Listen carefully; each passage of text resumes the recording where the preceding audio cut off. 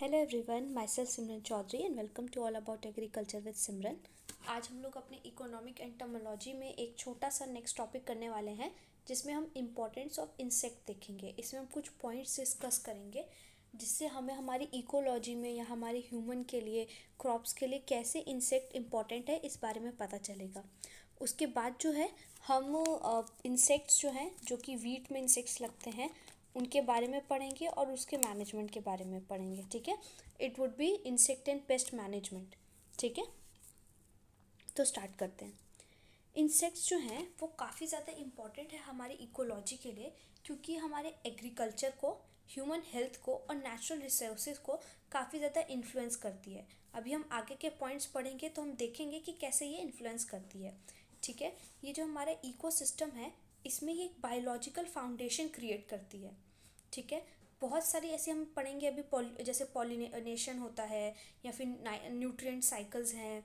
ठीक है, या सीड का डिस्पर्जन है, सॉइल का स्ट्रक्चर, टेक्सचर, डेंसिटी, इन सबको मेंटेन करना, या कुछ अदर इंसेक्ट्स की पॉपुलेशन को कंट्रोल करना as a form of predator, food source, food chain में रोल करना, एक मेजर इंपॉर्टेंट रोल प्ले करना। ये सब इंसेक्ट्स की कुछ चीज़ें हैं जो हम यहाँ पे आगे अच्छे से पॉइंट वाइज पढ़ने वाले हैं। तो सबसे पहला इंपॉर्टेंस है food for wild life. Insects जो हैं वो बहुत सारे एनिमल्स जो हैं वो इंसेक्ट को खाते हैं, है ना, इनिशियल स्टेज में, और एक एसेंशियल फूड चेन का फॉर्मेशन करते हैं। फूड चेन क्या है तो आपको पता है, जैसे फॉर एग्जांपल कि आपको पता होगा प्राइमरी प्रोड्यूसर होता है, फिर प्राइमरी कंज्यूमर होता है, secondary consumer and then tertiary consumer. इस तरीके से एक फूड आपका साइकिल वो बनता है, और उसके बाद उसके ही through food webs and food chain जो है उसी पैटर्न में चलती है। तो होता है कि आप, फॉर एग्जांपल के लिए हम लेते हैं कि आपके प्लांट ने फॉर्म किया अपना फोटोसिंथेसिस वगैरह बना के, प्राइमरी प्रोड्यूसर हमारा बना, उसे कोई इंसेक्ट आके खाना स्टार्ट कर दिया। उस इंसेक्ट को दूर से बर्ड ने देखा और उसने उस बर्ड ने उस इंसेक्ट को खा लिया, जो कि हमारा प्राइमरी कंज्यूमर था। अब बर्ड हमारा सेकेंडरी कंज्यूमर बन गई, और फिर उस उड़ती बर्ड को किसी शिकारी ने मारा और फिर उसे पकड़ के खा लिया, और वो टर्शरी कंज्यूमर बन गया। तो इस फूड साइकिल जो हमारा बना है, फूड चेन बना है, इसमें हमारा जो है इंसेक्ट जो है वो भी एक एसेंशियल पार्ट रोल प्ले किया। ठीक है, तो फूड है वाइल्ड लाइफ के लिए।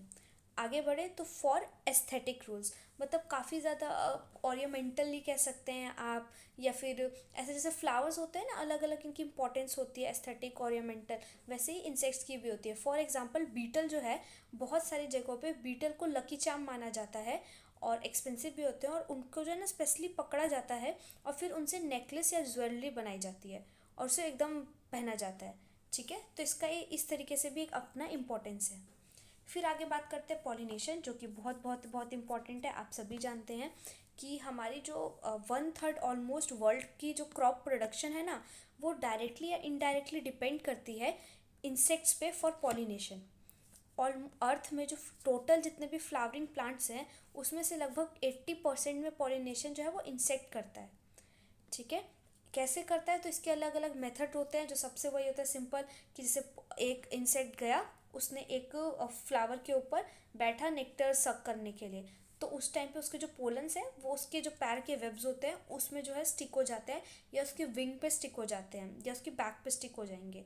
और जब वो इस फ्लावर से दूसरे फ्लावर में नेक्टर लेने के लिए गया, तो वो जो ऐसे उड़ता है तो उसके जो जो वो पोर्स हैं, या जो उसके वेब में पोर्स थे, विंग्स पे पोर्स थे, वो शेड कर जाते हैं और दूसरे प्लांट्स में गिर जाते हैं। फिर बाय चांस अगर वो केमिकली प्लांट उसको अलाउ कर देता है तो फिर उसमें पोलन ट्यूब्स बनने लगता है और आपके प्लांट में पॉलिनेशन हो जाती है।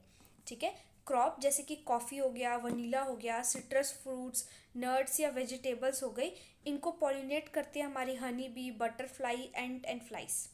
ठीक है, फिर एक और चीज़ आती है प्रीडेटर पैरासाइट। ठीक है, एज अ प्रीडेटर और एज अ पैरासाइट भी जो है ये काम करता है इंसेक्ट, और हमारी जो नेचुरल पॉपुलेशन है किसी दूसरे इंसेक्ट की, उसको काफ़ी हद तक कंट्रोल भी करता है। कंट्रोल इन द सेंस, और हमारी जो म्यूटेशन होती है या आगे जो हमारे डेवलपमेंट है उसमें भी इंसेक्ट्स की पॉपुलेशन में एक इम्पॉर्टेंट रोल प्ले करता है। रोल कैसे प्ले करता है कि आपको पता है, एक थ्योरी है सर्वाइवल ऑफ द फिटेस्ट। जो अपने आप में सर्वाइव कर पाएगा, खुद को म्यूटेट करके, खुद को उसके इम्यून बना के, रेजिस्टेंट बना के, उसी का सर्वाइवल हो पाएगा। तो अगर एक पर्टिकुलर पॉपुलेशन को कोई इंसेक्ट बार बार खा रहा है तो वो कुछ कुछ म्यूटेशंस करने लगे। जैसे फॉर एग्जांपल कि पहले कॉकरोच को आप हिट मारते थे तो वो मर जाता था, ठीक है। फिर ऐसे आपने लगातार लोगों ने हिट यूज़ करना स्टार्ट किया तो ऐसे तो कॉकरोच की पॉपुलेशन एकदम डिक्रीज हो गया, ख़त्म होने लग रही थी।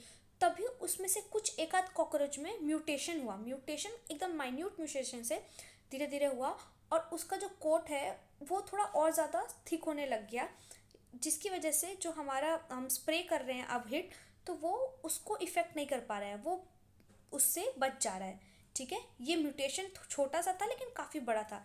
ऐसे करके उसने धीरे धीरे प्रोड्यूस किया, रिप्रोडक्शन किया और उस म्यूटेटेड पॉपुलेशन के साथ और सारी पॉपुलेशन आई। और अब आप अगर एक बार हिट स्प्रे करते हैं तो उससे हमारे कॉकरोच नहीं मरते हैं, उन्हें काफ़ी ज़्यादा और भी ट्रीटमेंट करना पड़ जाता है। कितनी बार तो हमें पेस्ट मैनेजमेंट करवाना पड़ जाता है।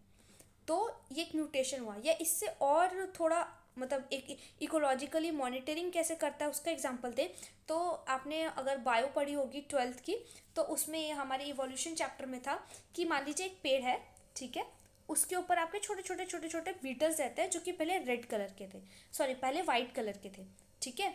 तो वो प्लांट के और आपका जो ये होता है वो ब्राउनिश कलर का होता है और वो वाइट कलर के थे, तो आराम से जो इंसेक्ट्स थे वो उसको देख पाते थे और उसे खाने लगते थे। ऐसा हुआ कि खाने लगते थे। तो उसमें क्या हुआ, एक पॉपुलेशन आया, एक में थोड़ा सा म्यूटेशन हुआ, इस वजह से उसकी पॉपुलेशन को वो कंट्रोल करके रख रहा था। अगर वो इंसेक्ट नहीं होता तो वो तो पूरा एक्सेस में बढ़ जाता है ना, लेकिन वो है तो उसे कंट्रोल कर रहा है। लेकिन वही सर्वाइवल ऑफ द फिटेस्ट, अगर वो उसे बार बार खाता रहेगा तो वो बचेगा कैसे। तो उसमें से एक आध पॉपुलेशन में म्यूटेशन हुआ और वो ब्राउनिश ब्लैक कलर का होने लगा।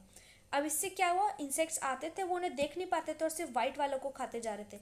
तो ब्लैक वालों ने तो अपनी पॉपुलेशन बढ़ानी स्टार्ट की और वाइट वालों की कम होने लगी क्योंकि इंसेक्ट्स उनको खाने लगे। और फिर एक टाइम ऐसा आ गया कि पूरे जो है वो ब्लैक में कन्वर्ट हो गए और फिर उन्होंने अपनी पॉपुलेशन को कंट्रोल कर लिया, ठीक है। तो इस तरीके से एक इवोल्यूशन में भी आप कह सकते हैं, म्यूटेशन इवोल्यूशन में भी इंसेक्ट का काफ़ी बड़ा रोल होता है। और अगर मान लीजिए मेढक को सांप खाता है, अगर सारे सांप ही खत्म हो जाएंगे तो मेढक की क्वांटिटी तो एकदम बढ़ती जाएगी, कोई कंट्रोल ही नहीं होगा उसके पॉपुलेशन पे और फिर तो वो हमारे नुकसानदेह हो जाएगा। तो इसीलिए कुछ इंसेक्ट्स जो हैं वो नेचुरल पॉपुलेशन को कंट्रोल करते हैं, ठीक है, और इकोलॉजी को मॉनिटर करते हैं। आगे बढ़ते हैं न्यूट्रिशन साइकिल पे।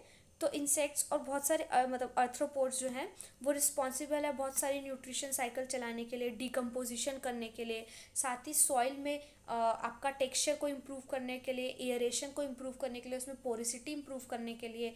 जैसे कि आपका सबसे मतलब जो कॉमन एग्जांपल दे सकते हैं तो अर्थवर्म का जब हम वो अपना वर्मी कंपोस्ट बनाते हैं तो उसमें वो क्या करता है, वो धीरे धीरे उसे खाता जाता है और उसे डिग्रेड करता है ना, उसको सॉइल को हमारे जो कंपोस्ट है उसमें FIM डला हुआ है उस सबको वो डिग्रेड करता है, पहला चीज़। फिर वो जो उसको खाता है तो उसकी वजह से जो वो एक्सक्रीट कर रहा है उसका टेक्सचर काफ़ी फाइन हो जाता है, तो सॉइल के टेक्सचर को उसने चेंज किया और वो ऊपर नीचे जो चलता है उसकी वजह से सॉइल में एरिएशन और उसकी पोरोसिटी में भी फ़र्क आ जाता है, मतलब इम्प्रूवमेंट हो जाता है।